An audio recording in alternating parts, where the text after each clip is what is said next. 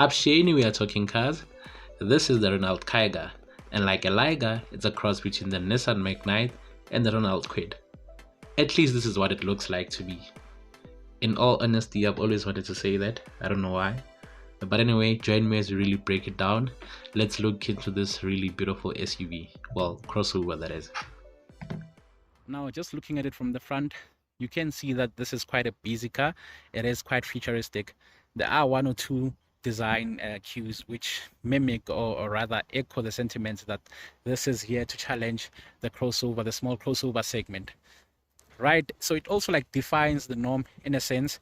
What I mean by that, these are your daytime running lights. These are not your headlights. Your headlights are instead housed over this end, which is the other way around. Normally your headlights are at the top and your fog lights or daytime running lights are at the bottom or somewhere in between, but not on the Kiger. The Kiger takes it a step further and it adds certain enhancements. Speaking of enhancements, look at how these chrome inserts are placed around the grille itself. There's a bit of spacing in between, and from a distance this really does make a statement. It really is loud, but in a very good way. You know, it's subtle but loud at the same time. That doesn't make any sense to me, but hey, looks really nice. So over onto the bonnet part of the car, there is one or two lines or creases rather. This part is a bit recessed, this part is a bit bulkier, and the same thing on the other side. And I think it looks really menacing from the road. You know, looks a lot more expensive than what it actually is. And right next to, or right under on the, yeah, right next to it, you can see that at the bottom part of it, it looks quite sporty. Sporty in the sense that this bumper cladding, or the lower bumper part of it, is a bit recessed on this end, and it goes in towards the end. So this makes the car look a lot more aggressive, a lot more pronounced on the road, which is amazing. Beautiful, beautiful. I think you either like it or you don't like it. Me, for one, I think it looks quite the part. It is here to take over the small crossover market by storm.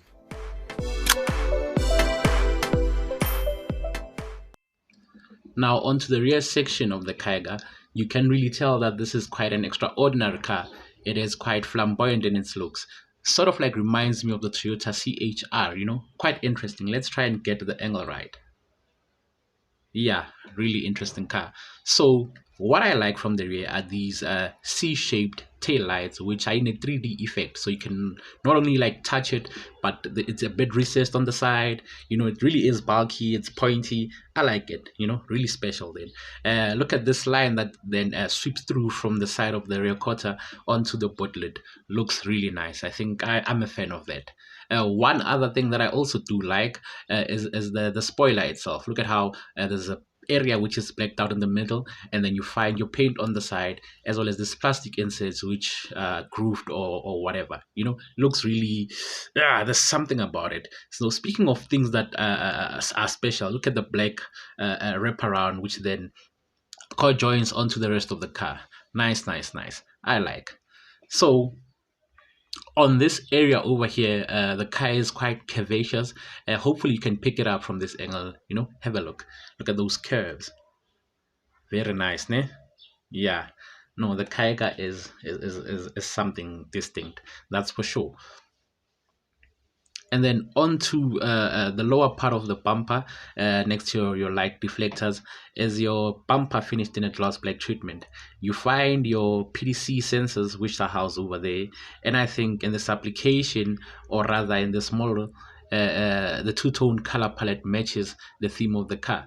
And speaking of the theme of the car, right underneath you find this diffuser which is quite sporty. It's not color coded on this model, but I think it really does suit the car and the application to the T. It is a small crossover. You may want to take it off-road, and for those reasons only, it really is a distinct crossover in that sense. Now, as for the size of the Kiger, you can tell that this is a small crossover. It is a bit raised and it looks the part, so the entire silhouette for me works, right? It's a check. So this being the entry-level model, you do find 16-inch rubber tires and wheel caps on it. Notice that there is a bit of space in between the tire and the wheel cladding. Yeah, that adds to the raised height. And you do find these matte black bumper cladding thingies going on, which helps with scratches and so forth. Now, from the sides, look at how the window line also like curves or is recessed as you go towards the back. I like the inclusion of the gloss black door handles, which also match closely the black that is used on this area. Onto the roof of the car, I particularly like the inclusion of these roof rails. They are possibly functional, I am not too sure, but they look nice nonetheless, you know? Yeah, really nice.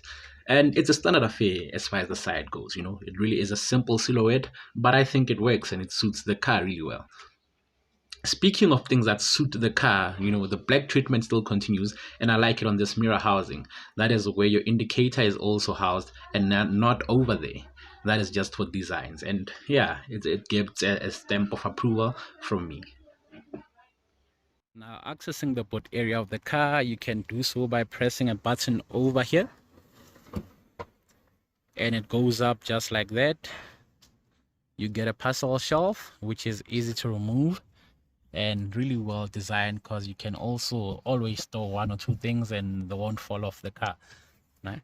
As you then open the boot area, it is quite deep in here. It is quite deep. There's a big loading lip. Probably, hopefully you can pick it up from here to there, but besides that, everything is really well done. I think I like the quality part of it. You know, everything is closed. You don't see the metal that is used around the boot itself, especially from the inside coming outside. It's all closed. You know, quality. Yeah, it is quality for me. You hardly ever see this in a car in this segment, but in this application, you really cannot tell that you're transitioning from the outside into the inside. There is a hanger for one or two shopping bags. Let's try and open this. Can we? Possibly not. And then the same thing on the other side. There is a hanger for a shopping bag. I am not picking up a light, so maybe it means we do not have any. Now, with the bag in place, just look at how big and massive the board is. Yeah, I really am not complaining. I think it looks and works the part. Let's access right underneath the seat, and you can see a fully sized spare wheel. Great. We do not like space savers here. We prefer this all the way, through and through. And this is it. Nothing much, nothing too fancy from the from the boot areas. Just a really straightforward. You get in, you load, and you can put a number of bags inside it. It is quite decent. Now, as we always start with the door card, look at how flamboyant it is, you know, and one or two old school designs.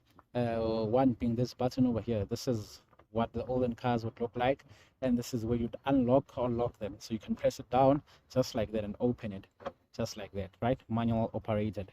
Here's where the door handle is recessed, which is at the front part of the car or door card, which is quite an interesting design.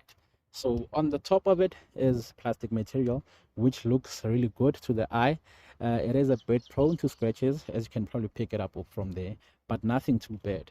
So as you really like go down a bit, you can see this 3D pattern used over here, and right next to it is a gloss black strip which runs through or across it. But for some reason, this doesn't look like it is easy to scratch. Yeah, it looks like a high quality strip of I don't know if it's material or plastic, but whatever it is, looks really nice. Now you do find your electric controls for your side mirrors and your, what do you call it, and your electric windows. Looks really nice. At the bottom part of it is a huge opening for a bottle, definitely, and something else. So it is quite functional like that. Really like.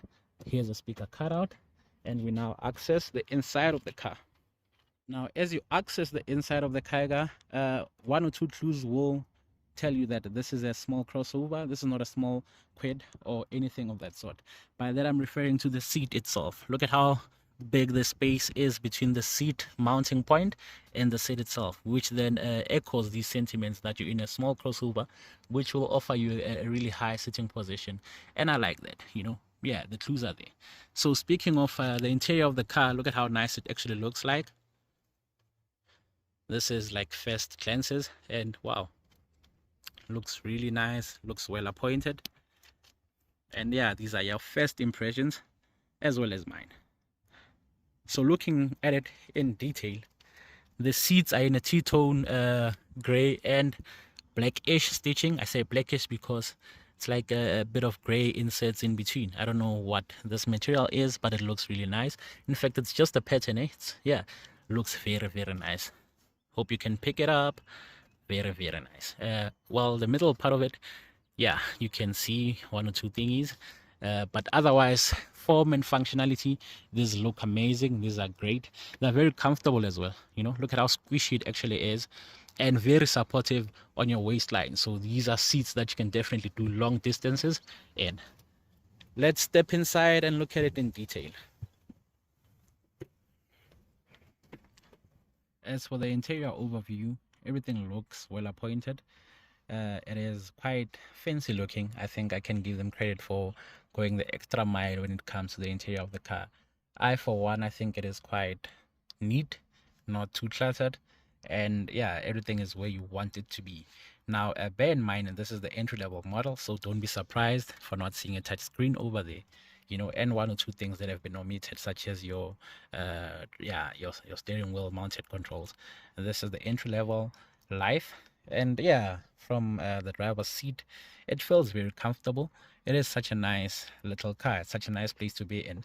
The steering wheel itself is nice and compact.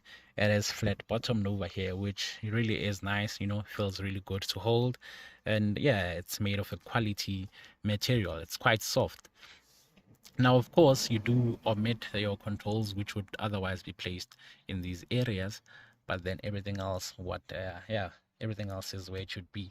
Your steering wheel is adjustable for height, so it can really go up and down just like that, but it doesn't really go in and out, you know, which is okay, which is fair in this segment and price point. So as mentioned before, the dash is full of hard plastics, but it's well designed, and it's really well hidden. You really cannot tell from a distance that certain touch points are hard plastics. Only when you get closer to it, and then you realize, oh, okay, this is a bit hard to the touch. But everything looks in place. I really like the small car for some reason. And also, there's this piano black. Yeah, I don't even know what to call this. Is it plastic or metal? It feels like plastic, but it looks really nice. It is well appointed. You get this radio for you. I think you can definitely connect your Bluetooth. I can see your USB port over there. And yeah, nothing much as far as the infotainment part of the car is concerned. You do also get like two airbags on this one. Yes, one would be on your steering wheel, this area, and the other one, not too sure where, but it definitely is there. Now, yeah, the finish and look of the car, I really like these air conditioning controls, and obviously this is manually controlled, you know, doesn't really offer you the auto function, but everything is just really nice. This is a joy to use. Actually like it. Oh, you can press it in and outwards. Wow, looks really nice, you know. And these are your buttons, of course. If they're in use, this is where you lock and unlock the car. And yeah, design wise, I think it looks amazing. There is space for your phone, and yeah, in the higher spec variants, you do get a engine start stop button over there, and I think this is a USB port, but in this case it is omitted. You can still use your phone rest. I don't know what to call this part, you know. Yeah, space for your phone, let's call it that rather. There is a bit of space, yeah, a lot of space in fact, and next to it is a 12-volt power supply, you know, really nice. This is a 5-speed, yeah, 5-speed gear shifter. We have the 1-liter naturally aspirated engine, which offers you, well, I'll get into that when it comes to the driving part. And this area, you know, a manually operated handbrake, a very comfortable, wow, this is, yeah, kudos to Renault for this. A very comfortable center armrest, which helps a lot. You know, this car just becomes really comfortable in that sense. A very nice feature, a handy one, in fact. And look at how nicely designed your controls are, which and the car is blue, so the blue in between matches the blue on the outside, and I like that. Very nice. A very nice plastic used over there as well. So yeah, overall quite decent, quite a beautiful car, and there's plenty of space from this area. Yeah, plenty of storage space, definitely.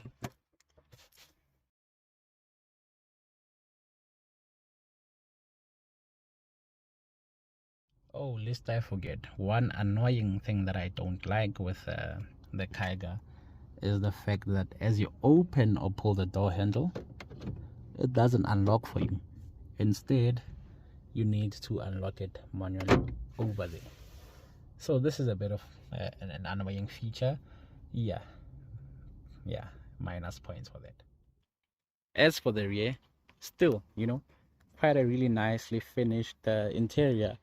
Well, as you can see over this end, it is a bit recessed as it curves up, there isn't plenty of space for you to use in that sense, but really overall still looks the same as the front. You still get your hard plastics to use, you still get your gloss black insert, and of course this 3D pattern that is used over there.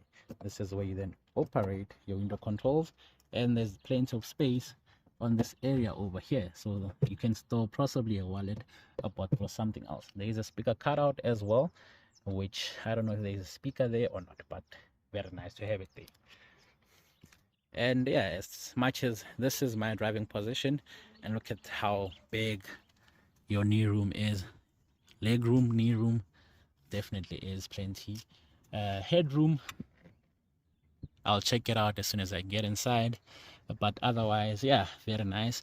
I believe this doesn't support the 60/40 split, yes, so you need to open the other side as well, but otherwise looks really solid. I am not picking up isofix mounting points on this variant. Yeah, maybe that's the only disappointing part that I have towards this particular model, but otherwise a really nice and decent small car. Let me get inside. And wow, you also do find these rear air vent controls for the rear passengers as well. A 12-volt power supply, and yeah, it is quite cozy inside here. Leg room, I can now attest that it is there, especially if you are averagely sized like I am. Obviously you can't see that, but just picture it. Yeah, just picture that. There is no pocket behind your driver's seat, same thing on the passenger seat, but otherwise, yeah, the seats design wise looks good. Would I want to do long distances in the car from the rear? I wouldn't mind it. The headrests are a bit lower than where I'd like them to be, and these are not adjustable. If only they were a bit adjustable, I'd probably want them to go up to this part of the car, because right now it's as if they're around the shoulder part of my body. Well, you can't see that, but just picture it. Use your imagination, I believe. Yeah, the Kiger. Interesting. You also do get this type of seat belt. This is a 3-point seat belt.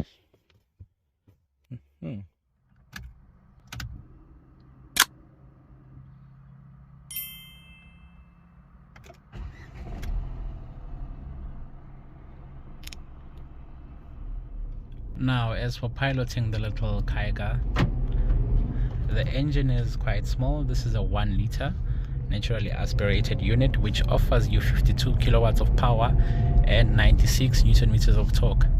First impressions, it is very easy to drive. You get light work action from the clutch and the accelerator. The brakes are well appointed as well. The road is a bit rough, but nothing can trouble the Kiger. It feels very comfortable to drive. It is absorbing these bumps like nobody's business. And yeah, quite a very nice little car.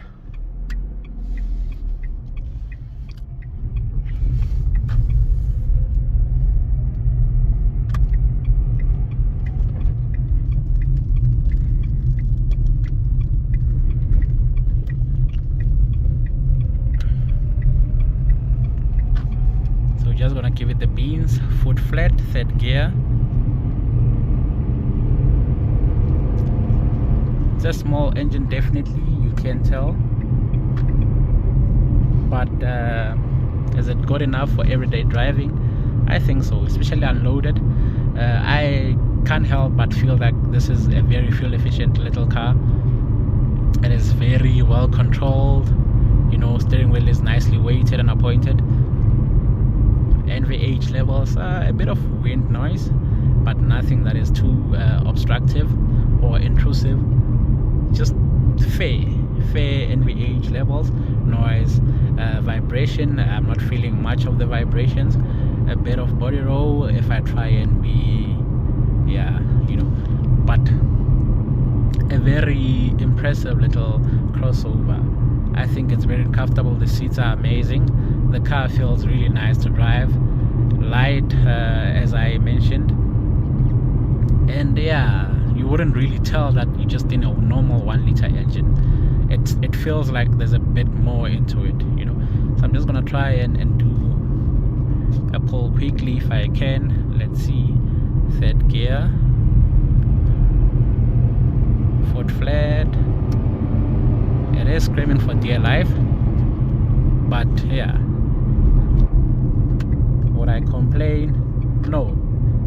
On the highway, I'm not too sure what it's like at highway speeds, but as a city runaround, I think this is one of the perfect cars to have. Of course, if you can stretch it, go for the turbocharged variants, but also maybe there is a penalty to that because with power comes great responsibility of fuel, right? A really slick city runaround, a very nice crossover. The engine is on the small side of the of scales or things, but it's okay, it is okay. It is okay.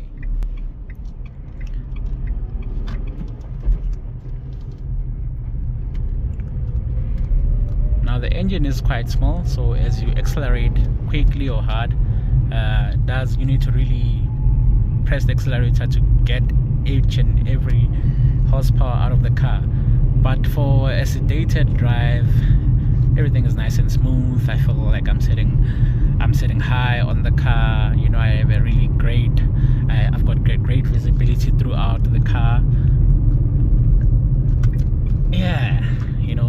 It's a very positive reaction from the car.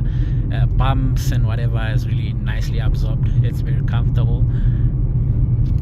I like it. The engine is on the small side of things, so I think the sweet spot would be opting for the 1-liter turbo, which then offers you like 74 kilowatts of power and 160 newton meters of torque, so up from the 96 newton meters that you get on this 1-liter. But otherwise, we're in gear 5 right now at speeds of 50 kilometers per hour, and without even trying, it really can climb up. So performance wise, I think this is a really good city runaround. For the price, for the segment, for the car, this is something that I would consider over other small cars. This is just a really decently sized, I want to say hatchback that is raised, but not really. Let's just call it what it is. It's a crossover, a cross between a small hatchback and a bigger C segment hatchback. So what do I mean by that? Picture a cross of the Quid and a Renault Megane. Then you get a crossover, which is the Kiger, something in between. So it offers you space, but it's a bit raised compared to the other ones. And this is it. It is a very good little car, I think. Yes, 1 or 2 touch points could be improved. The NVH levels could be slightly improved, but nothing harsh, nothing bad. What else can I possibly complain about? I'm trying to complain about something. I'm really trying my best to complain, but for some reason I sort of get the sort of car this is. In this application of this engine, it doesn't really, it's not a quick car. Forget about going quick and breaking lap records. Rather focus on enjoying a crossover that is comfortable to drive, that is raised, and one that you can really enjoy and go about doing your daily things. You can go to the gym, you put in a bag in there, you can go play golf if you will play golf, or fetch the kids in this. A great first time, a great car to own on a first time basis. as an employee somewhere, you know, as a young boss somewhere. Like all around, this car makes a lot of sense. It suits 1 or 2 or 3 applications a lot more than any other car would do. The price point is perfect. The spec that you get is quite decent. And speaking of the spec, this radio, as small as it is, it gets really loud. It may have 2 or 3 speakers, but they are quality speakers. Yeah, very loud compared to any other car in this sort of like segment and price point. Bumps in the city are no match for the Kiger. Easy peasy, I can go over them 20,000 times a day, you know, so it is meant to be doing that sort of thing.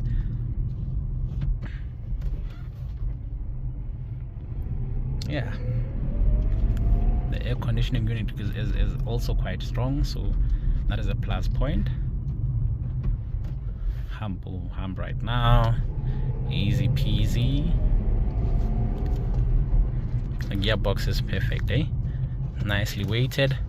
I'm enjoying the use of the armrest, as I mentioned before. That is a great addition for me. I think I like that. So one last pull in gear 2, foot flat.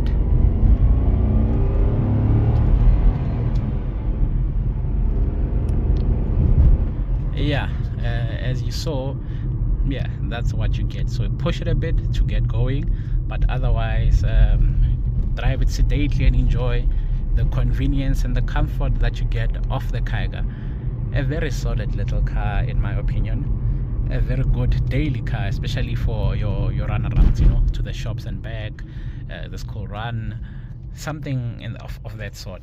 Yeah, I think this is a car that fits in that description to the T. I don't know why it's called T, but anyway, yeah.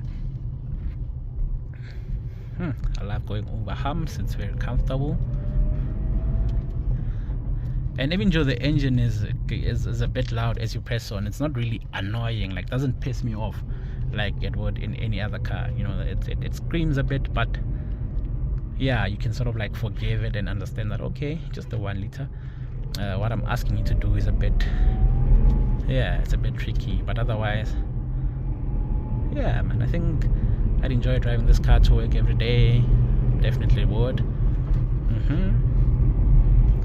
On the highway, maybe that's where I'd possibly be challenged a bit as far as the engine power combination goes. But every day, honestly, you'd really forget that you're in a 1 liter. It is up to task easily, and for that I give it a bit of credit. So this is it for our driving impressions with the Kiger. I liked it.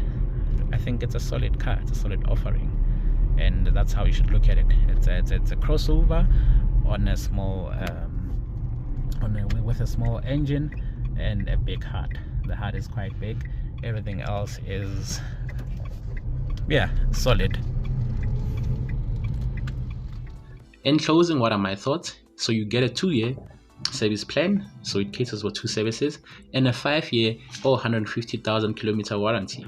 Standard specification is quite comprehensive in the Life. You get your ABS, which is your your anti-locking braking system.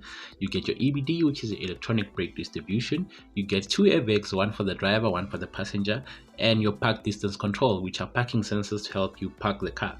You get your electronic mirrors and windows, your aircon, and daytime running lights.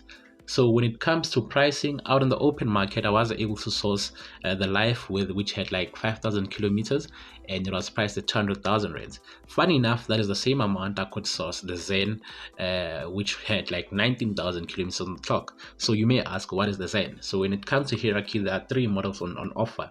You start with the Life, and then you go up into the Zen, and lastly into the Intense. So the Zen is the middle child. Why do I call it the sweet spot? Because it offers you a turbocharged engine, which offers you like 160 Newton meters of torque as opposed to 96 that you get in the Life, which is plenty of power here. And then, yeah, nice to have features. You know, the list of comprehensive features also increases with that. So not only do you now, instead of like 2 airbags, you now get 4. The rear seats do fold individually as opposed to this one. You do get your climate control, your keyless entry and start.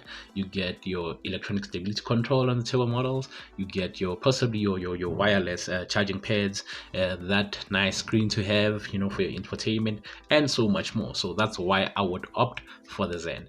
And yeah, same price, basically just forgo one service and then you into the Zen. As a product, as a product, as a crossover, what are my thoughts? I think the pricing is perfect, it's sweet, it's spot on. The car is nice to drive. I really don't have much to complain about. It really does offer you a lot more value for your money. You get the raised driving position, you get the power, I guess, in the Zen, you get the comprehensive spec list in the Zen as well. And the life is, it offers you or caters for it undercuts the competition a lot. Yeah, it makes a lot of sense financially. As a product, as a car, I really don't have anything bad to say about it. So would I consider one for myself? Definitely would consider one. Shortlist the car. So thank you so much for watching. Please do like, please do subscribe, tell a friend to tell a friend, and see you on the next one.